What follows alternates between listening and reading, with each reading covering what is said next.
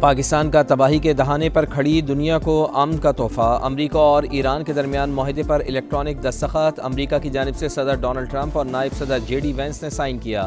ایران کی جانب سے باقر غالباف کے دستخط، امریکی صدر کو تہران سے تعلقات بہتر ہونے کی امید، کہا آبنائے ہرمز کھل گئی، جمعے کو بحری آمد و رفت مکمل بحال ہو جائے گی۔ تیل کی قیمت گر رہی ہے، اسٹاک اوپر جا رہی ہے۔ معاہدے پر دستخط کی تقریب میں شرکت کے لیے جے ڈی وینس جنیوا جائیں گے۔ میں بھی جنیوا جا رہا ہوں، ہو سکتا ہے کہ تقریب میں شرکت کروں، لیکن یقین سے نہیں کہہ سکتا۔ وعدوں پر عمل درآمد سے پہلے ایران کو پابندیوں میں ریلیف نہیں ملے گا۔ تہران کے پاس اب جوہری ہتھیار نہیں ہوں گے۔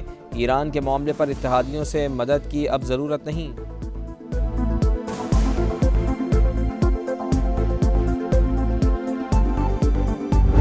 اس تاریخی معاہدے کی باضابطہ تقریب جمعۃ المبارک 19 جون کو جنیوا میں ہوگی۔ اس تقریب کی میزبانی اللہ کے فضل و کرم سے پاکستان کی ہوگی۔ جنگ کی تاریک رات کے بعد امن کا سورج طلوع، وزیر اعظم اور فیلڈ مارشل کی غیر معمولی سفارتکاری سے صدی کا سب سے بڑا تنازع حل۔ امریکہ ایران معاہدے پر باضابطہ دستخط کی تقریب 19 جون کو جنیوا میں ہوگی، میزبان پاکستان ہوگا۔ وزیر اعظم میاں محمد شہباز شریف کہتے ہیں جنگ کے شعلے بجھانے کے لیے فیلڈ مارشل نے شب و روز ایک کیے۔ مورخ ہمیشہ پاکستان کے نام سنہرے حروف میں لکھتا رہے گا۔ مذاکرات کے دوران کئی نشیب و فراز آئے، بعض اوقات لگتا تھا کہ معاملہ ابھی ختم ہو جائے گا، مشکل حالات میں بھی صبر کا دامن نہیں چھوڑا۔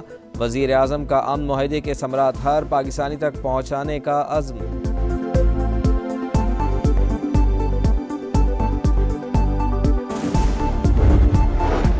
مفاہمتی یادداشت پورے خطے اور مزاحمتی قوتوں کے لیے باعث فخر، سپریم نیشنل سیکورٹی کونسل کے 90% اراکین نے ایم او یو کی حمایت کی۔ ایرانی صدر کا دعویٰ، کہا معاہدے پر عمل درآمد سے ملک کے بہت سے مسائل حل ہو سکتے ہیں۔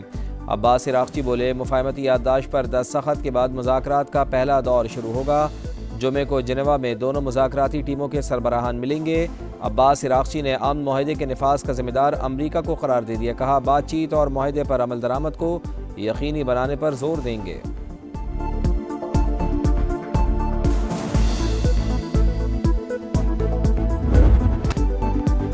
ایران کا ہر صورت معاہدے کی پاسداری کا عزم، امریکہ پر وعدوں کو پورا کرنے کے لیے مناسب اقدامات پر زور۔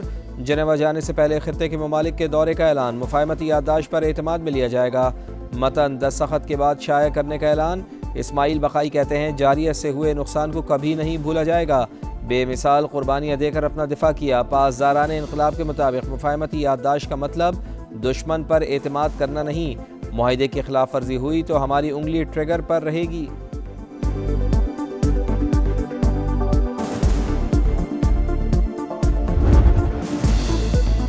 ایران پر پابندیاں ختم کی جائیں گی، مذاکرات سے پہلے منجمد 12 ارب ڈالر جاری کیے جائیں گے۔ 30 دن میں امریکی بحری ناکہ بندی کا مکمل خاتمہ ہوگا۔ 19 جون کو دستخط کے بعد آبنائے ہرمز کھول دی جائے گی۔ 14 نکاتی مفاہمتی مسودے کی تفصیلات منظر عام پر، ایران نے جوہری ہتھیار تیار نہ کرنے کی توثیق کر دی۔ 60 روز میں مذاکرات کی تجویز، جوہری مسائل، پابندیوں کے مکمل خاتمے اور افزودہ یورینیم کے طریقہ کار پر بات ہوگی۔ ایرانی میزائل پروگرام اور پراکسیز کی حمایت فی الحال یادداشت کا حصہ نہیں۔ ایران نے نئی پابندیاں عائد نہ کرنے اور دوبارہ حملے نہ کرنے کی بھی گارنٹی مانگ لی۔ لبنان سمیت تمام محاذوں پر فوری اور مستقل جنگ بندی بھی معاہدے کا حصہ۔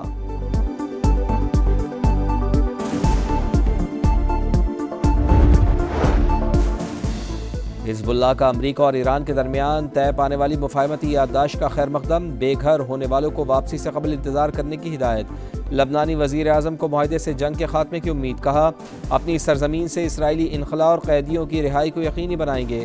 مذاکرات میں مطالبات منوانے کی پہلے سے زیادہ کوششیں کی جائیں گی۔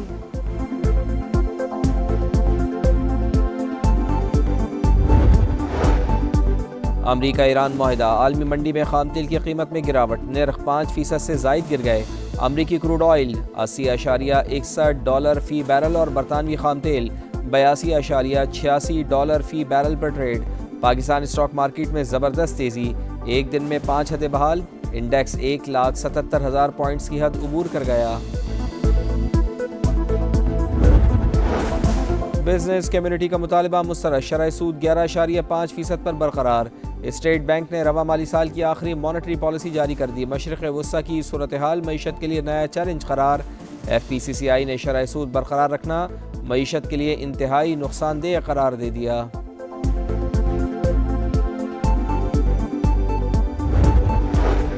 پنجاب اسمبلی کا اجلاس آج دوپہر 2 بجے ہوگا۔ نئے مالی سال کا بجٹ پیش کیا جائے گا۔ سندھ اور بلوچستان کے بجٹ 17 جون کو آئیں گے۔ خیبر پختونخوا میں 2 بجٹ تیار، ایک پورے سال کے لیے اور دوسرا صرف 3 ماہ کے لیے ہوگا۔ اجلاس کب بلانا ہے، صوبائی حکومت فیصلہ نہ کر سکی۔ کالعدم عوامی ایکشن کمیٹی کے سرغنہ شوکت نواز کے بہنوئی کا انتشاری کمیٹی سے اظہار لا تعلقی، شر پسندوں سے سرنڈر کرنے کی اپیل۔ پروفیسر واجد کا کہنا ہے کہ ریاست مخالف سرگرمیوں کے باعث انتشاری کمیٹی کے مذموم عزائم عوام پہچان چکے۔ آئی جی آزاد کشمیر کہتے ہیں راولاکوٹ میں شر پسندوں کی سرگرمیوں کو کنٹرول کرنے کے لیے فورسز موجود ہیں۔ اب تک 81 مقدمات درج کر کے 425 شر پسندوں کو گرفتار کیا جا چکا۔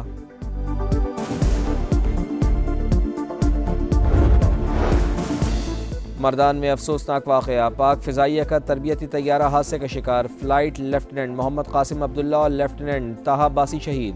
حادثے کی وجوہات جاننے کے لیے تحقیقاتی بورڈ قائم۔ فیلڈ مارشل سید عاصم منیر کا حادثے پر گہرے دکھ کا اظہار۔ سروسز چیفز اور مسلح افواج کی بھی شہداء کے اہل خانہ سے تعزیت۔ چکوال میں سی سی ڈی اہلکار کی فائرنگ سے بچی کا قتل، والد کا تفتیش پر عدم اعتماد، ذمہ داروں کے خلاف کارروائی کا مطالبہ، وزیر اعظم سے نوٹس لینے کی اپیل۔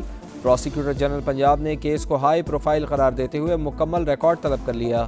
آسٹریلوی وزیر اعظم کا پاکستان سے شفاف تحقیقات کا مطالبہ، کہا امید ہے پاکستانی حکومت تمام حقائق سامنے لائے گی۔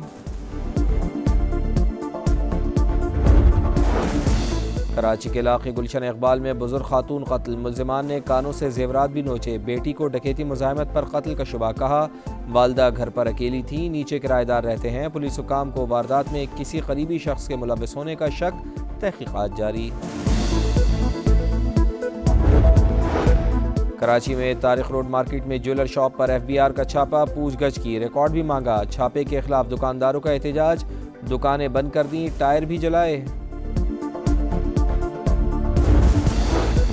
محرم الحرام کا چاند نظر نہیں آیا، یکم محرم الحرام بروز بدھ اور یوم عاشور 26 جون کو ہوگا، رویت ہلال کمیٹی نے اعلان کر دیا۔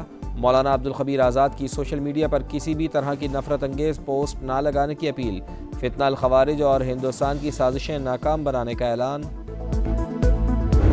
غلاف کعبہ کی تبدیلی کی روح پرور تقریب، کسوہ کی تبدیلی، خصوصی ٹیم نے جدید انتظامات اور طے شدہ طریقہ کار کے مطابق پرانے غلاف کو اتار کر نیا غلاف چڑھایا۔ زائرین کی سہولت اور سلامتی کو یقینی بنانے کے لیے خصوصی انتظامات۔ خیبر پختونخوا اور پنجاب کے مختلف علاقوں میں بارش، مردان اور گرد و نواح میں ابر رحمت جم کر برسا، سوابی میں تیز آندھی کے ساتھ موسلادھار بارش اور ژالہ باری، متعدد فیڈر سٹرپ کر گئے، بجلی کی فراہمی معطل۔ فتح جنگ اور مضافات میں بھی گرج چمک کے ساتھ تیز بارش۔ محکمہ موسمیات نے آج سے ملک بھر میں بارشوں کے نئے اسپیل کا الرٹ جاری کیا ہے۔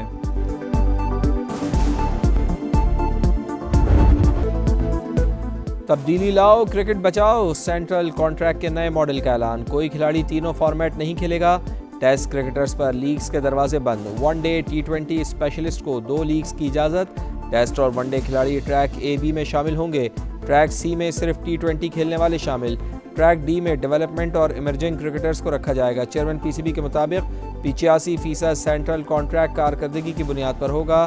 ریڈ بال ہیڈ کوچ سرفراز احمد کو ہٹانے اور یونس خان کو لگانے کی خبروں کی تردید۔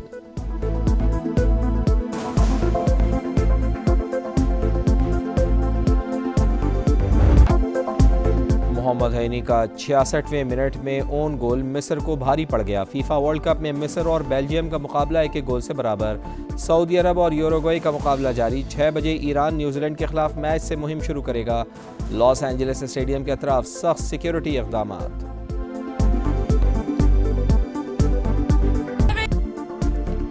اور سابق ورلڈ چیمپئن موجودہ یورپی چیمپئن پہلا میچ جیتنے میں ناکام، لامین یامال کی ٹیم 64ویں نمبر کی ٹیم کو شکست نہ دے سکی۔ فٹ بال ورلڈ کپ میں اسپین اور کیپ ورڈے کا میچ بغیر کسی گول کے برابر، کیپ ورڈے کے گول کیپر نے کئی یقینی گول بچائے، ڈیفینڈرز نے بھی ٹیم کے لیے مضبوط ڈھال کا کردار ادا کیا۔